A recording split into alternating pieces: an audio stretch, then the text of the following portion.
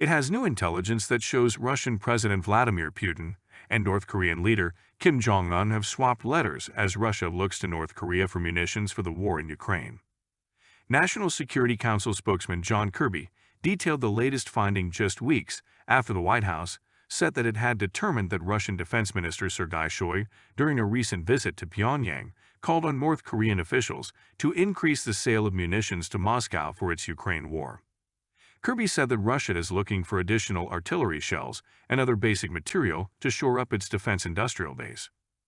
He added that the letters were more at the surface level, but that Russian and North Korean talks on a weapons sale were advancing. The leaders exchanged the letters following Shoigu's visit, he said.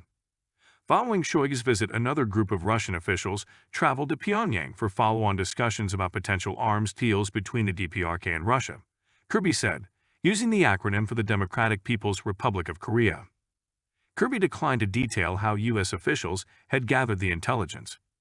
Shortly before the White House unveiled the new information about North Korea and Russia's weapon talks, North Korea launched a ballistic missile toward its eastern waters, according to South Korea's military.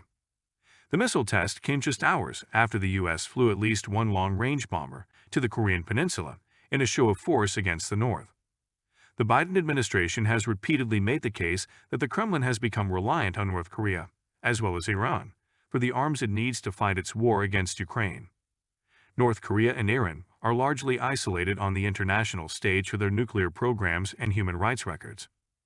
In March, it had gathered intelligence that showed that Russia was looking to broker a food-for-arms deal with North Korea, in which Moscow would provide the North with needed food and other commodities in return for munitions from Pyongyang. Late last year, it had determined that the Wagner Group, a private Russian military company, had taken delivery of an arms shipment from North Korea to help bolster its forces fighting in Ukraine on behalf of Russia. Both North Korea and Russia have previously denied the U.S. allegations about weapons.